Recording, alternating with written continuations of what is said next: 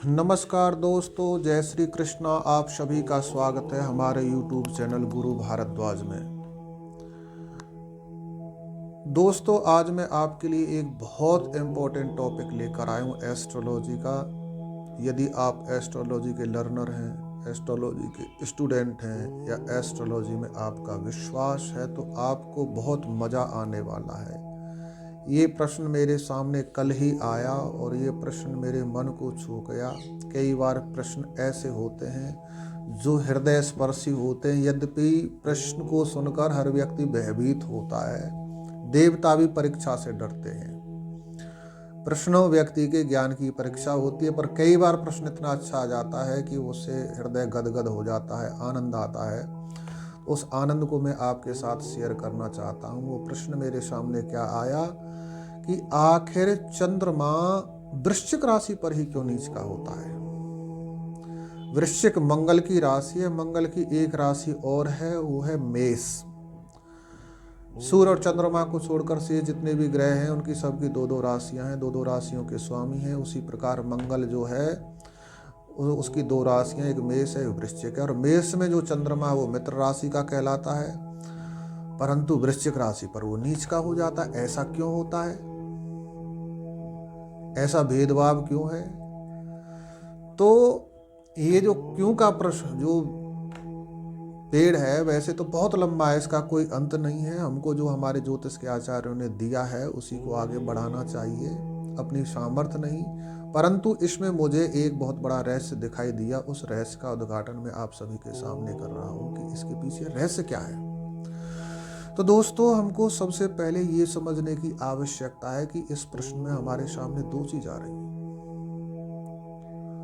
और दो चीजों को समझने की आवश्यकता है।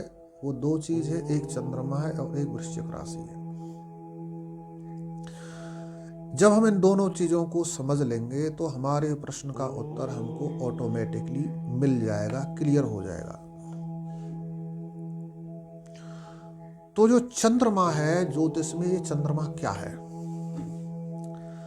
चंद्रमा ज्योतिष में सर्वप्रथम जो मूल जो कारक है वो मन का कारक है। चंद्रमा मनुष्यो, चंद्रमा मन का कारक है। व्यक्ति का जो मन है वो चंद्रमा है। और चंद्रमा ज्योतिष में प्रधान ग्रहों में गिना जाता है। प्रधान ग्रहों में कैसे गिना जाता है? आप जब भी अपनी जन्मांक कुंडली खोलोगे, जन्म कुंडली खोलोगे तो लगन कुंडली के बगल में ही बिल्कुल राशि कुंडली होती है। जो ये आप राशिफल पढ़ते हैं ना, जो आप ये राशिफल लोगों को बताते हैं, वो राशिफल चंद्र कुंडली का ही नाम है। जब दैनिक राशिफल कोई कहता है या कोई पढ़ता है या सुनता है तो वो चंद्र कुंडली का ही फलादेश आपको सुनाई देता है, दिखाई देता है। तो चंद्रमा का कितना बड़ा महत्व है। यद्यपि और भी ग्रह हैं, 8 ग्रह हैं, चंद्र कुंडली को ही मेन क्यों लिया गया है, राशि कुंडली को ही क्यों मेन माना गया? क्योंकि चंद्रमा हमारे जिंदगी में सबसे इम्पोर्टेंट है। कैसे इम्पोर्टेंट है? ये जो मानव शरीर बना है इसमें सबसे ज्यादा कोई एलिमेंट लगा है। एलिमेंट अर्थात तत्व। ये हमारा जो शरीर है ये 5 एलिमेंट से बना है, 5 तत्वों से बना है। अग्नि, पृथ्वी, वायु, जल और आकाश। और इन तत्वों में सबसे ज्यादा तत्व कोई व्यक्ति के अंदर है तो वो जल तत्व है। पानी की मात्रा शरीर में सबसे ज्यादा है। आज की साइंस इसको 70% बताती है, यद्यपि हमारे शास्त्र कुछ और तरीके से बताते होते हैं, वो उससे बहुत आगे हैं और डिफरेंट हैं। आप आज का साइंस हमको हमारे शरीर के अंदर हड्डियां जो बताता है वो बताता है 206, लेकिन आप अपने शास्त्रों में जाओगे तो वो बताता है आपको 360 हड्डियां हैं शरीर के अंदर। कुछ हड्डियां ऐसी हैं जो तत्काल प्रभाव से बनती हैं और फिर वो विलीन भी हो जाती हैं, इस प्रकार से। परंतु आज के साइंस के हिसाब से यदि हम सोचते हैं तो वो 70% जल हमारे शरीर में बता रहा है, 30% बाकी और तत्व हैं। जो 4 तत्व हैं बाकी वो 30% में है। आप समझ सकते हैं कि हमारे शरीर पर सबसे ज्यादा प्रभाव किसका है? चंद्रमा का प्रभाव है। हमारा शरीर जितनी भी मूवमेंट करता होता है वो सारी की सारी मूवमेंट चंद्रमा के कारण होती है। क्यों? क्योंकि शरीर के अंदर, हमारे के अंदर जल ज़्यादा है। कुछ जल तो हम जो पीते हैं, यूरिन के रास्ते जाता है, वो हमको दिखाई देता है, लेकिन ये जो ब्लड है, आप जिसको रक्त कहते हैं, खून कहते हैं हम, उसका कारक भी चंद्रमा है। और हमारा जो सारा शरीर है ये हाइड्रोलिक सिस्टम पर काम करता है।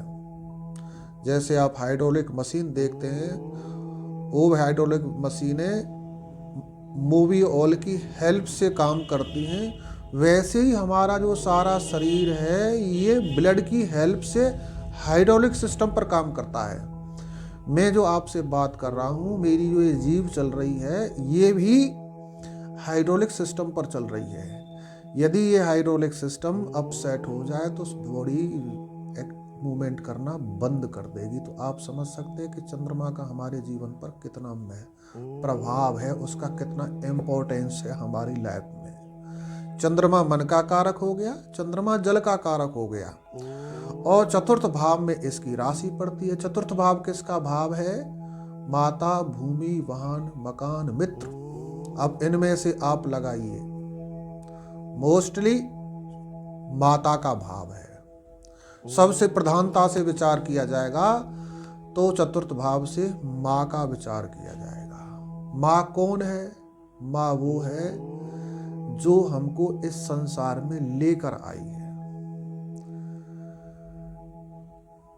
इसने हमको पोषण दिया है, गर्भ से लेकर गर्भ के बाहर तक उसने हमको संसार से परिचय कराया है, हमारा संसार से परिचय कराया है। उस माता का कारक भी ये चंद्रमा है। और सुख का विचार करेंगे, जीवन में जितने भी सुख हैं, हमारा मन सुख पाए जिस चीज से, वो सुख देने वाली कोई चीज है तो वो चंद्रमा है। चंद्रमा हमारे जीवन को सुख देता है।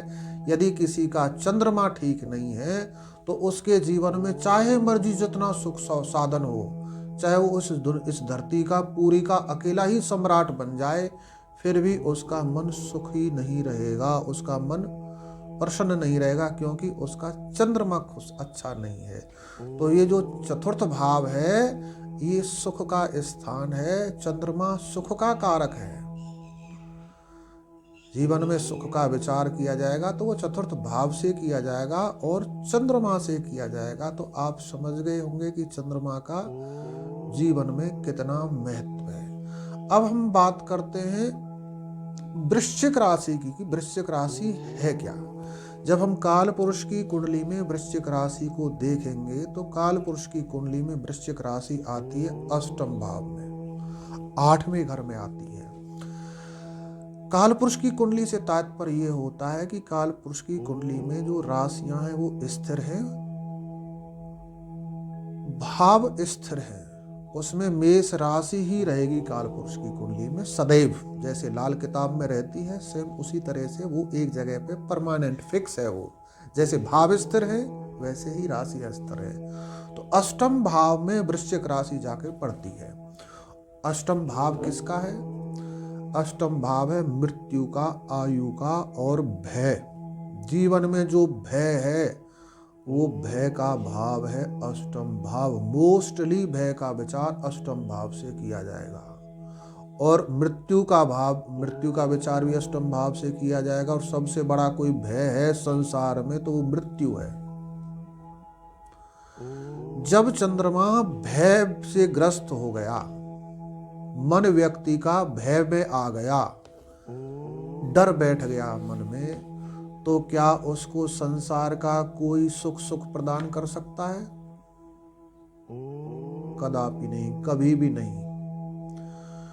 तो एक जो आपको प्रमाण मिल गया है, आप सहज में समझ गए होंगे कि अष्टम भाव में जाकर यानी वृश्चिक राशि में जाकर चंद्रमा भयाक्रांत हो गया, पीड़ित हो गया,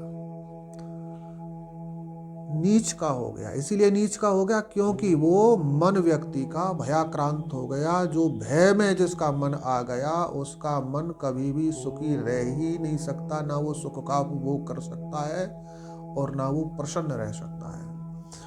अष्टम भाव में वैसे भी जब आप फलादेश में जाओगे, फलादेश पढ़ेंगे, तो अष्टम भाव में जब चंद्रमा चला जाता है तो ऐसा व्यक्ति रुग्ण हो जाता है।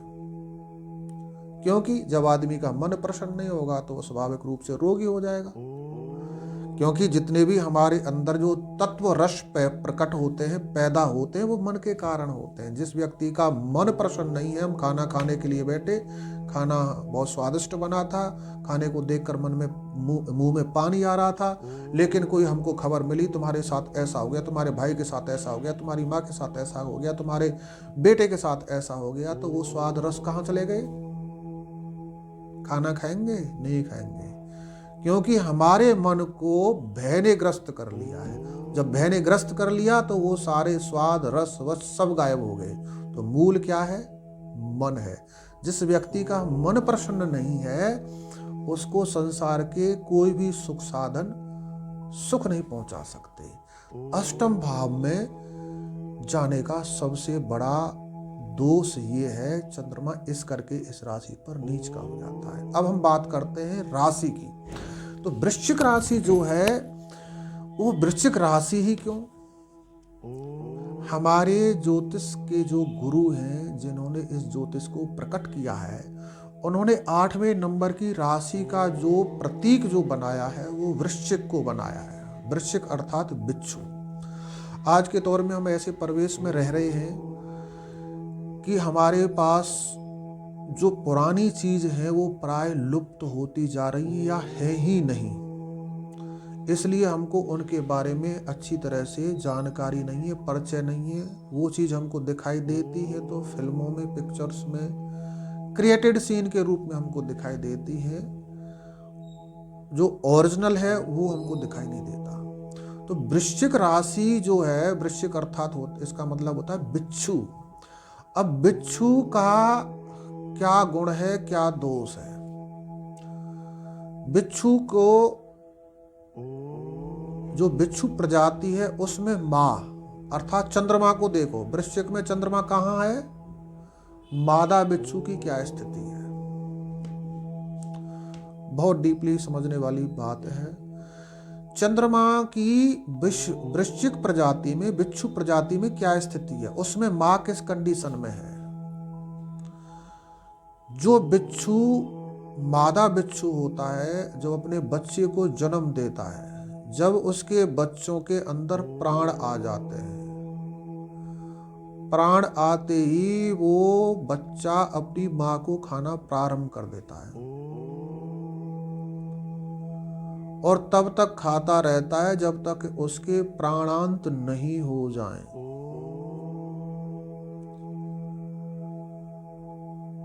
अब बिच्छू प्रजाति में माँ के साथ ऐसा व्यवहार होता हो, माँ अर्थात चंद्रमा, तो वहां पर नीच का ही हुआ ना।